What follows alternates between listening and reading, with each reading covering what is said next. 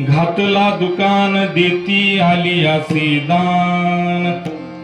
संत उदार उदार भरले अनंत भांडार. घातला दुकान देती आली असे दान. संत उदार उदार भरले अनंत भांडार. मागत्याची पुरे धनी आणि कांसी उरे. संत उदार उदार भरले अनंत भांडार. तुका म्हणे पोते देवे भरले नोहेरिते. संत उदार उदार भरले अनंत भांडार. विठ्ठल विठ्ठल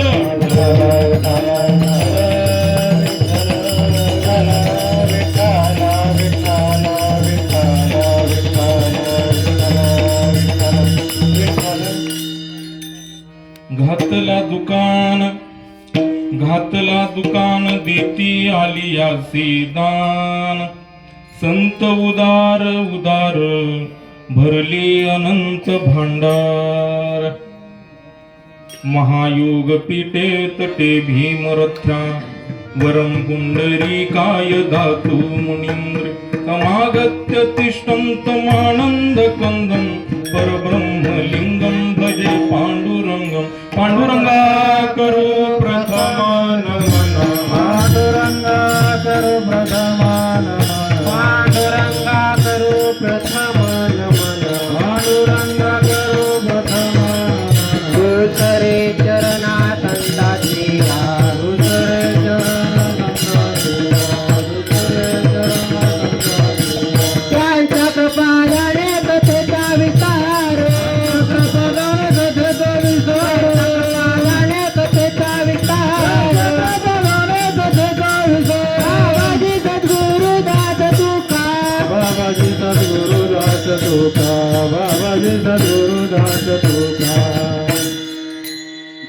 पांडुरंगा करू प्रथम नमन. दुसरे चरणा संतांच्या त्यांच्या कृपादाने कथेचा विस्तारो. बाबाजी सद्गुरु दास तुका. अलंकापुरी रम्य सिंहासनस्थं पदांभोज तेजं स्फुरे दिक्प्रकाशं. विधींद्रादि देवे सदा स्तूयमानं. समाधिस्थ मूर्ति भजे ज्ञानदेवं. नमो ज्ञानेश्वरा नमो ज्ञानेश्वरा. नमो ज्ञानेश्वरा नमो ज्ञानेश्वरा. नमो ज्ञानेश्वरा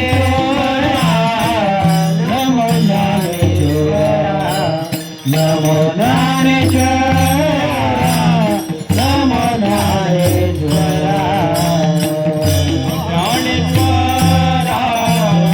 नमो ज्ञानेश्वरा.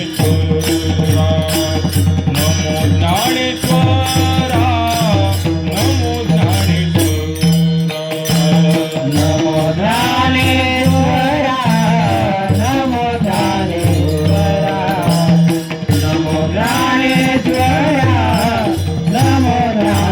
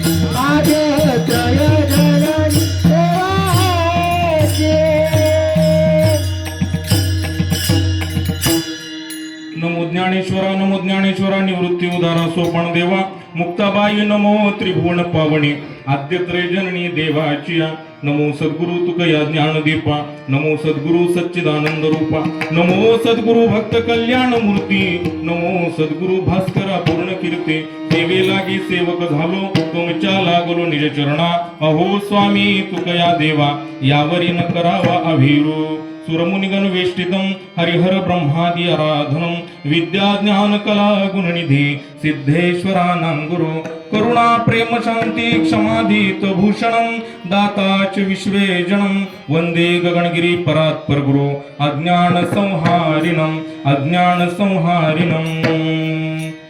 नमो सद्गुरु स्वामी अबानंदनाथ मूढजनासी लाविले परमार्था सदारत होई जनसेवे कार्यार्था तुमचे चरणी सदा लीन माथा विठ्ठल विठ्ठल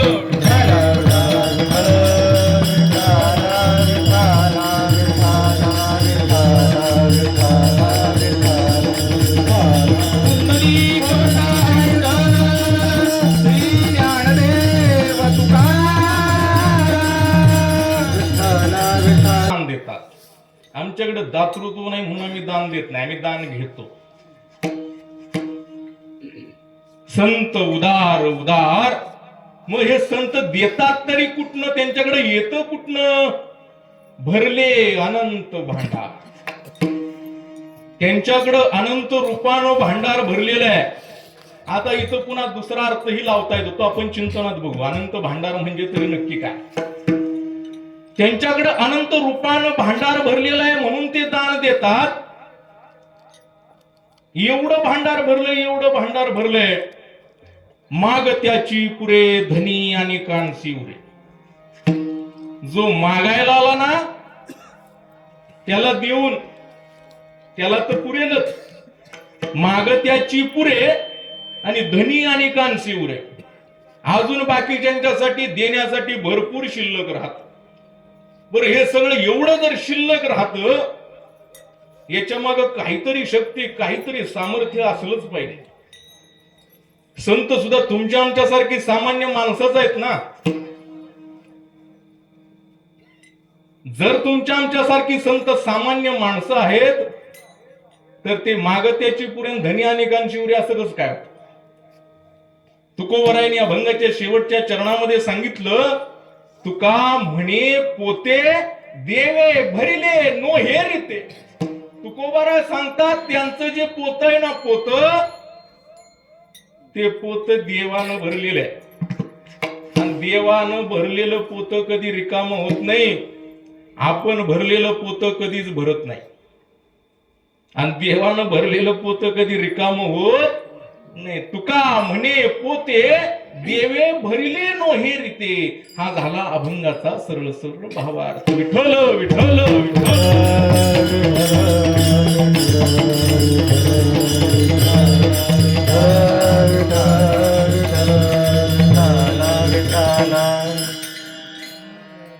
कीर्तन रूपी सेवेला प्रारंभ करण्यापूर्वी अल्पसा परिहार द्यायचा. असा तुम्हाला सेवेचं निमित्त ठाऊक आहेच, पण जरी सेवेचं निमित्त ठाऊक असलं तरी वक्त्याचं आद्य कर्तव्य सेवेचं निमित्त, सेवेचं कारण काय आहे हे तुमच्या समोर उपोद्घात करणं, हे वक्त्याचं आद्य कर्तव्य आहे. नवे नवे वक्त्यानं केलंच पाहिजे. ज्याचे गावी केला वास, काय म्हटलं? त्यासी न व्हावे उदास. परमदरणीय परम श्रद्धेय ब्रह्मलीन महामंडलेश्वर वैराटवासी स्वामी अभानंदगिरीजी महाराज यांच्या तृतीय समाधी सोहळ्याच्या निमित्तानं सुरू असलेला हा अखंड हरिनाम सप्ताह व त्याच्यामधली आजची द्वितीय दिवसाची कीर्तन रूपी सेवा माझ्यासारख्या पामराच्या वाट्याला आली, यापेक्षा मी त्याच्याही पुढे जाऊन म्हणेन, माझ्या वाट्याला आली म्हणण्यापेक्षा माझ्या वाट्याला दिली म्हणायला काय हरकत आहे? आली आणि दिली याच्यामध्ये फरक असतो का नाही? येणं कशाच्या जोरावर येतं? येतं कशानं? पुण्याईनं. आणि आमच्याकडे पुण्याई नाहीच म्हणायला काय हरकत. पुण्याही नाही पण आलं मग कशानं. तुकोबरायांच्या भाषेत जर सांगायचं म्हटलं, पूर्व पुण्य ठेवा ओढावला, पूर्व पुण्य ठेवा ओढावला, पूर्व पुण्य ठेवा. ओढावला, पूर्व पुण्य ठेवा. तुका म्हणे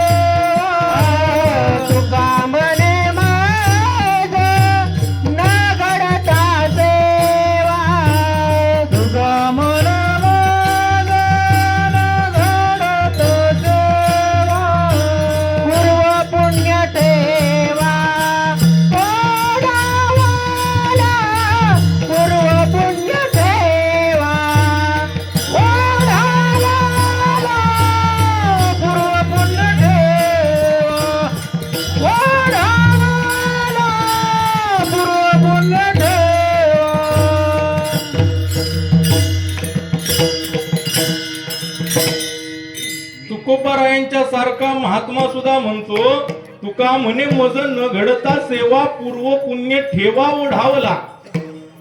वास्तविक पाहता तुकोबारायांच्या सारख्या महात्म्याच्या जीवन चरित्राचा जर विचार करायचा म्हटलं तर मागच्या 7 पिढ्यांचं ऋण देवावर व्हावं ही त्यांची पुण्याई होती. ही सेवा होती मागच्या 7 पिढ्यांची. आणि तुकोबारायांच्या सारखा महात्मा म्हणतो पूर्व पुण्य ठेवा ओढावला, तुका म्हणे मज न घडता सेवा. वास्तविक पाहता तुकोबारायांचा अधिकार तुकोबाराय स्वतः सांगतात ना, तुका म्हणे आम्ही विधीचे जनिते स्वयंभू आयते केले न. तुका म्हणे आम्ही विधीचे जनिते. विधीचे विधी म्हणजे ब्रह्मदेव. त्या ब्रह्मदेवाला जन्माला घालण्याचं सामर्थ्य आमच्याकडे आहे तुकोबाराय सांग. आणि त्या तुकोबारायांनी सांगावं स्वतःकडे लहानपण घ्यावं. आणि त्या तुकोबारायांच्या मुखातले शब्द आहेत बरं का, पतित पतित पतित.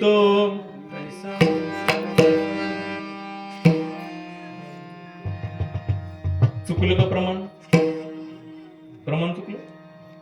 चुकलं म्हणा की खरंच चुकलंय. विठ्ठल विठ्ठल विठ्ठल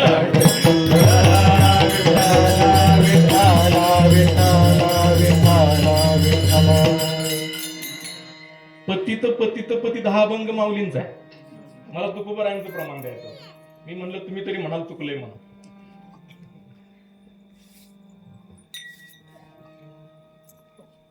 तुकोबारायांच्या सारखा महात्मा सुद्धा म्हणतो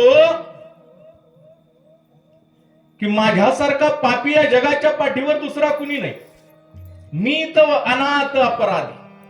तुकोबाराय स्वतःला अनाथ म्हणून घेतात, अपराधी म्हणून घेतात. वास्तविक पाहता तुकोबाराय अनाथही नव्हते ना अपराधीही नव्हते बरं का. कारण त्या तुकोबारायांचं सामर्थ्य रामेश्वर भटांना कळलं. आणि रामेश्वर भट त्यांना ओळखल्याच्या नंतर रामेश्वर भट काय म्हणतात, मने रामेश्वर भट द्विजा, मने रामेश्वर भट द्विजा, मन रामेश्वर भट द्विजा, मन रामेश्वर भट द्विजा, मने रामेश्वर भट द्विजा, मने रामेश्वर भट द्विजा, मन रामेश्वर भट द्विजा, मन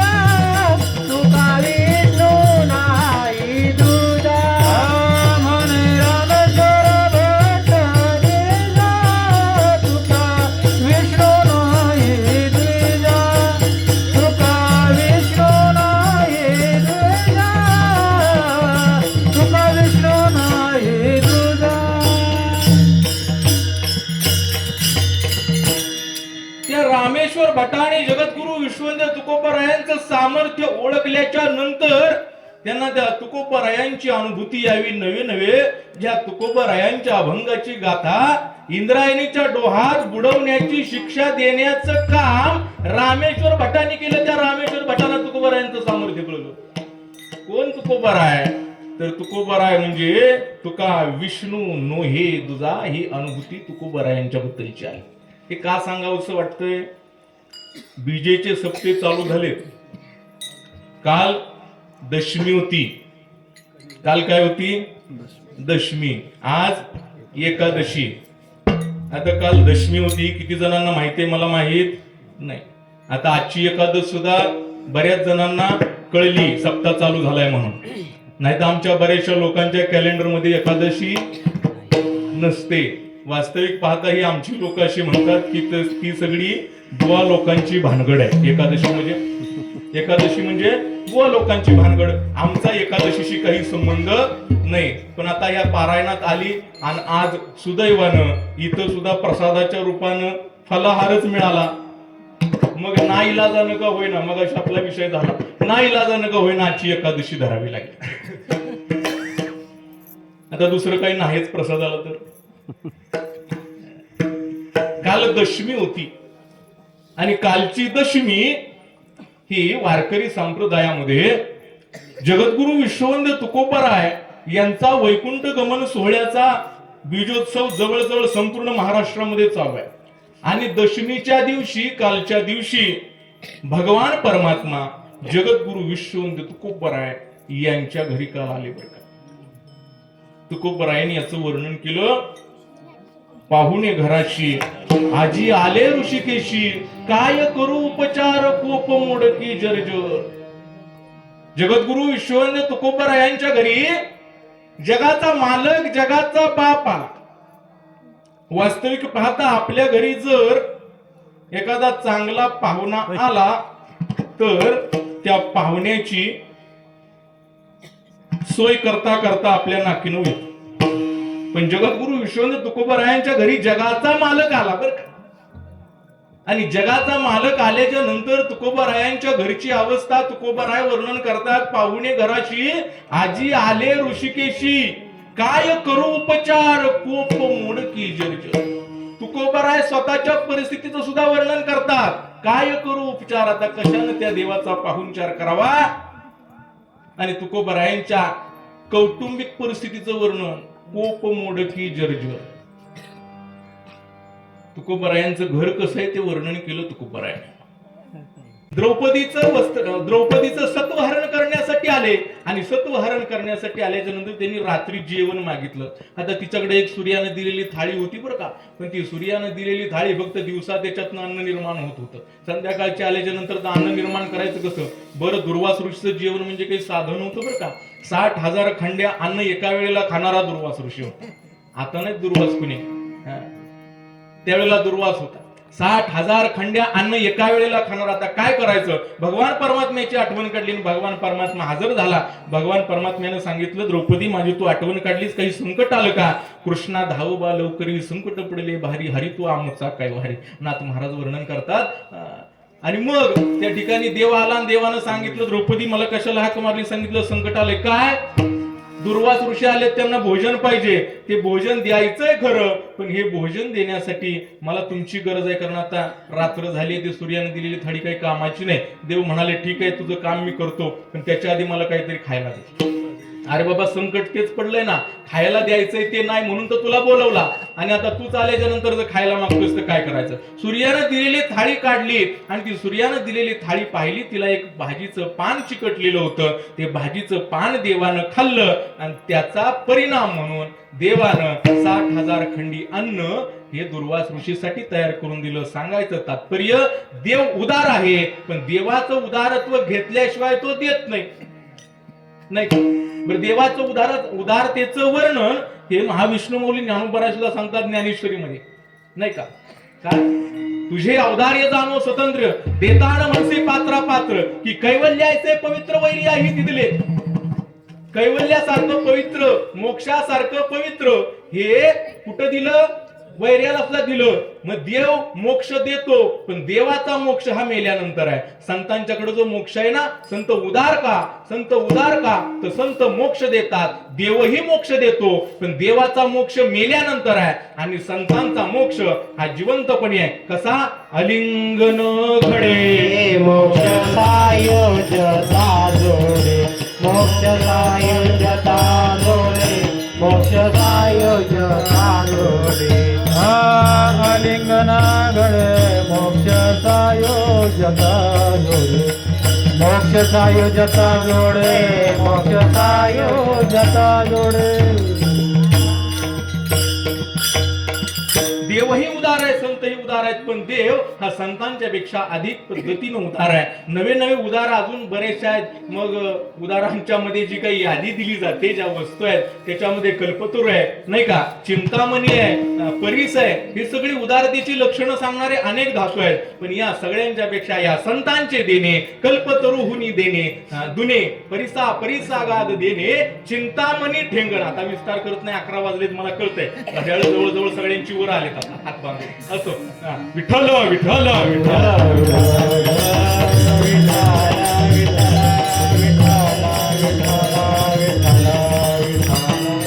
संत उदार आहे. देवापेक्षा संत उदार. संत उदार भरले अनंत भांडार. या संतांचं भांडार हे अनंत पटीनं भरलेलं आहे. आणि मग हे संतांचं भांडार जर अनंत पटीनं भरलंय, तर याच्या मागचं कारण काय? तर याच्या पाठीमागचं कारण म्हणजे भगवान परमात्म्याची शक्ती या संतांच्याकडे आलेली आहे. नवे नवे भगवान परमात्म्याने विशेष शक्ती आणि विशेष आशीर्वाद या संतांना दिला. म्हणून त्या भगवान परमात्म्याचं एकदा गोड भजन करू.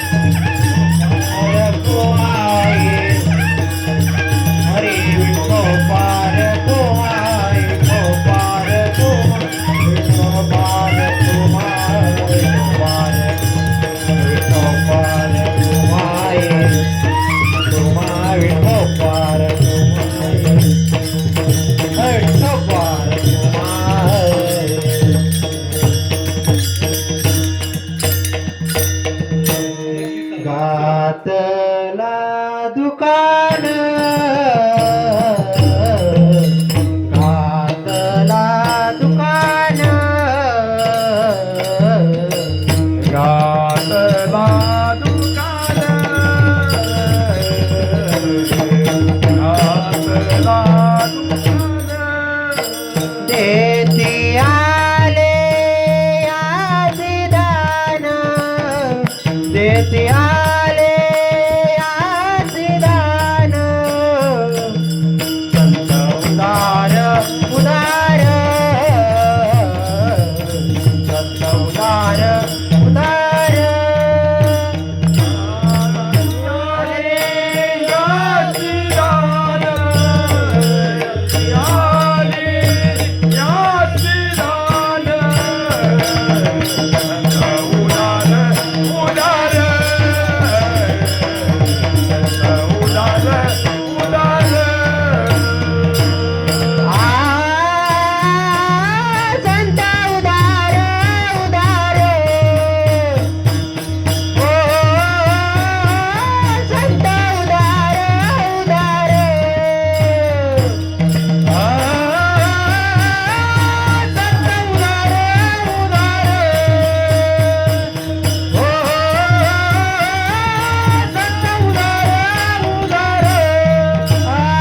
संत उदार उदार भरले अनंत भांडार भरले अनंत भांडार भरले अनंत भांडार आ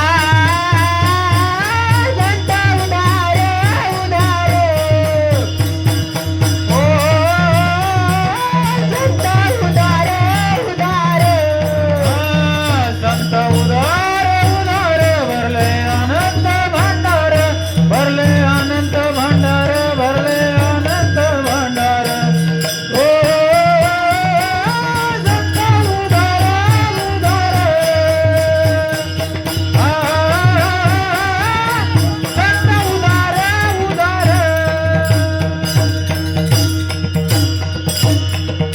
विठ्ठला विठ्ठला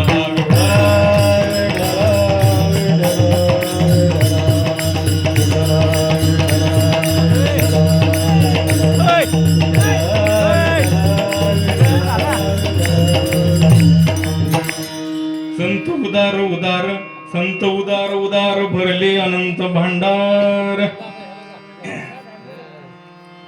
घातला दुकान देते आली असे दान संत उदार उदार भरले अनंत भांडार. जगद्गुरु विश्ववंदित तुकोबराय या अभंगाच्या माध्यमातून संतांचं दातृत्व सांगतात. संतांनी दुकान घातलं. हे दुकान घातल्याच्या नंतर संतांचं दुकान आणि सामान्य दुकान याच्यामधला फरक सांगितला. देती आली असे दान, संत आलेल्या लोकांना दान देतात का तर संत उदार आहेत, संत उदार आहेत, संत उदार उदार. आणि संत नुसते उदार नाहीत तर भरले अनंत भांडार. हे अनंत भांडार म्हणजे त्यांचं भांडार अनंत रूपानं भरलंय, अनंत मालानं भरलेलं आहे. दुसरा अर्थ असा, अनंत या नावाच्या देवानं ते भांडार भरले. अनंत म्हणती माझी स्वामी ते, अनंत त्याचे गुण म्हणून या नामदेवराय सांगतात बरं का. अनंत म्हणती माझी स्वामी ते, माझ्या स्वामीला अनंत असं म्हणतात का, कारण त्याला अनंत गुण आहेत म्हणून बरं का. भरले अनंत भांडार. संतांनी जे भांडार भरलं ना ते नामधनानं त्यांचं भांडार भरलं. वास्तविक पाहता संतांची कौटुंबिक परिस्थिती ही संतांनी वर्णन केलेली. आम्ही सदैव सुडके जवळी येता चोर धाके, जाऊ पुढे भिके कुत्री घर रागिती, किंवा बरे झाले देवा निघाले दिवाळे, बरे या दुष्काळी पीडा केली. संत आपल्या परिस्थितीचं वर्णन करतात नाही का. स्त्री एक अन्न करता मेली, तुकोबराय वर्णन करतात आपल्या संसाराचं. तुकोबराय किंवा इतर सगळे संत जर आपण पाहिले, एकनाथ महाराज सोडले तर बाकीच्या सगळ्या संतांची कौटुंबिक परिस्थिती तशी पाहिली तर बेताचीच नाही का. नाथ महाराज फक्त ऐश्वर्य संपन्न असं त्यांचं जगणं होतं, आयुष्य होतं. बाकी सगळ्या संतांचं जगणं असंच होतं. पण संतांच्याकडे जरी लौकिक संपत्ती नसली तरी अलौकिक संपत्ती असते, आणि त्या अलौकिक संपत्तीचं दान करण्यामध्ये संत हे उदार आहेत बरं का. मागत्याचे पुरे धनी अनेकांसी उरे. संत काय करतात, आलेल्याला देतातच, पण फक्त आलेल्याला देऊन त्यांचं संपत नाही. मग मागत्याची पुरे धनी अनेकांसी उरे. आपलं देणं असं असतं की आपण आज दिलं तर उद्या पंचायत होती आपली. आपण कधीतरी दान करतो एखाद्या वेळेला, आणि दान केलं तर दुसऱ्या वेळेला दान करण्याची इच्छाही राहत नाही, आणि आपलं ऐश्वर्यही नसतं आणि सामर्थ्यही नसतं. मागत्याची पुरे धनी आणि कांसी उरे. मग तुकोबराय हे तुम्हाला सामर्थ्य आलं कशानं. अभंगाचं शेवटचं तुका म्हणे पोते, तुका म्हणे पोते, तुका म्हणे पोते, तुका म्हणे पोते, तुका म्हणे पोते, तुका म्हणे पोते, तुका म्हणे पोते, तुका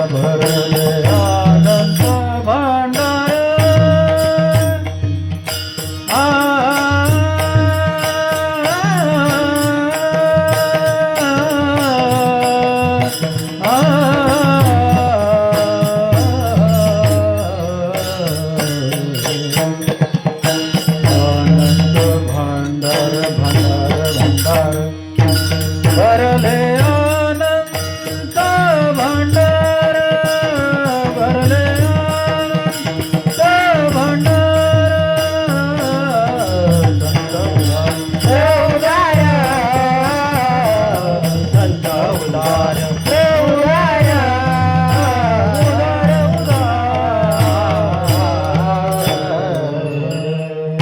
अभंगाच्या शेवटच्या चरणामध्ये सांगतात तुका म्हणे पोते देवे भरिले नोहे ऋते रीते. संतांना सामर्थ्य जे प्राप्त होतं ते भगवान परमात्म्यामुळे होतं. नवे नवे भगवान परमात्मा हा संतांच्या प्रत्येक गोष्टीमध्ये सहाय्य असतो, म्हणून संतांना हे सामर्थ्य मिळतं. आणि अशा संतांची थोरवी नवे नवे देवापेक्षा काकणबर सरस ही संतांचा महिमा आहे बरं का. देवापेक्षा संत उदार आहेत, कारण या जगाच्या पाठीवर या संता परिस उदार जगी नाही थोर. काय सांगितलं, या संतापेक्षा या जगामध्ये कुणीही उदार नाही म्हणून सांगितलं. देवही नाही, माय बाप सहोदर इष्ट मित्र सोयरे. काय सांगू आता, संतांचे उपकार मज निरंतर जागविते. या संतांचे उपकार अनंत आहेत. या संतांचे उदारत्व हे अनेक पद्धतीनं सिद्ध होतं. आणि आता अशा या संतांचं आपण एकदा गोड भजन करू. ज्ञानेश्वर माऊली ज्ञानराज माऊली ज्ञानेश्वर माऊली ज्ञानराज माऊली ज्ञानेश्वर माऊली ज्ञानराज माऊली ज्ञानेश्वर माऊली ज्ञानराज माऊली ज्ञानेश्वर माऊली ज्ञानराज माऊली ज्ञानेश्वर माऊली ज्ञानराज माऊली तुकाराम तुकाराम तुकाराम तुकाराम तुकाराम तुकाराम तुकाराम तुकाराम तुकाराम तुकाराम तुकाराम तुकाराम तुकाराम तुकाराम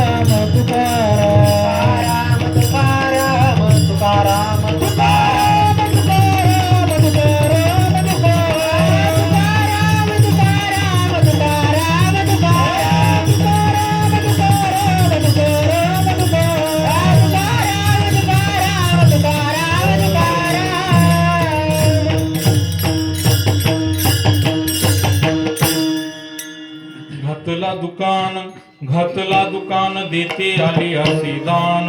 संत उदार उदार भरले अनंत भंडार. यथामती यथावकाश. संकल्पित वेळेपेक्षा 10-15 मिनिटं कमी जास्त झाली असतील कदाचित, पण मी म्हटलं तुम्हाला कालपासून सवय लागली 11:15 पर्यंत जागायची, कीर्तनाला 11:15 पर्यंत उभं राहायची. त्यामुळे मी म्हटलं अजून अर्धा तास घ्यायला काही हरकत नव्हती. कालपासून सवय लागली, 3 दिवस अशी चालाय पाहिजे 12-12 वाजेपर्यंत. पण नको, मला तुमचीही दया आली. माझे पण काल पाय दुखत होते आणि आज माझेही पाय दुखायला लागले, म्हणून म्हटलं आता थांबवावं. यथामती यथावकाश संकल्पित वेळेमध्ये बोलण्याचा प्रयत्न केला. घरची सेवा आहे, लोकही सगळी घरचीच आहेत. त्यामुळं चूक भूल देणे घेणे आपलीच लोक आहेत म्हटल्याच्या नंतर नाही का, नातरी बालक बोबडा बोली वाकुडा विचुका पावली ते चोज करुणी माऊली रिजे जेवी. ज्याप्रमाणे लेकरू बापाच्या ताटामध्ये जेवायला बसत.